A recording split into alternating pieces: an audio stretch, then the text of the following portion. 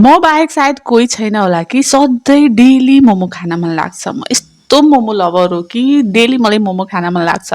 तर सधैँ डेली मोमो खाएर त साध्य छैन, मैदाहरू हुन्छ, अनहेल्दी हुन्छ।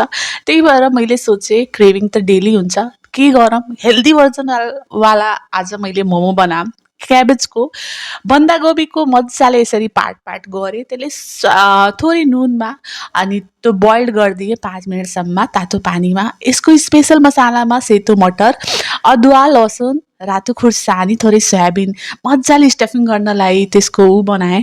बनाइसकेपछि मिक्सिङ जारमा मसिनो गरेर पिसदिएँ अनि स्पेसल चटनीमा थोरै चनाको दाल, टमाटर, हरियो खुर्सानी, लसुन अनि धनियाँको पातले मजाले फ्राई गरेँ अनि त्यसको चटनी बनाइहालेँ। चटनी त रेडी छ। अब क्याबेजको पात चाहिँ 5 मिनट बोइल सकेपछि यसलाई चिसो गर्ने अनि यसरी अगाडि पछाडि गरेर स्टफिङ गर्ने अनि थोरै तेलमा एकदमै हेल्दी बनाउँदैछौँ त्यही भएर एकदमै हल्का तेलमा यसले उलटपुलट गरेर फ्राई गरिहाल्ने।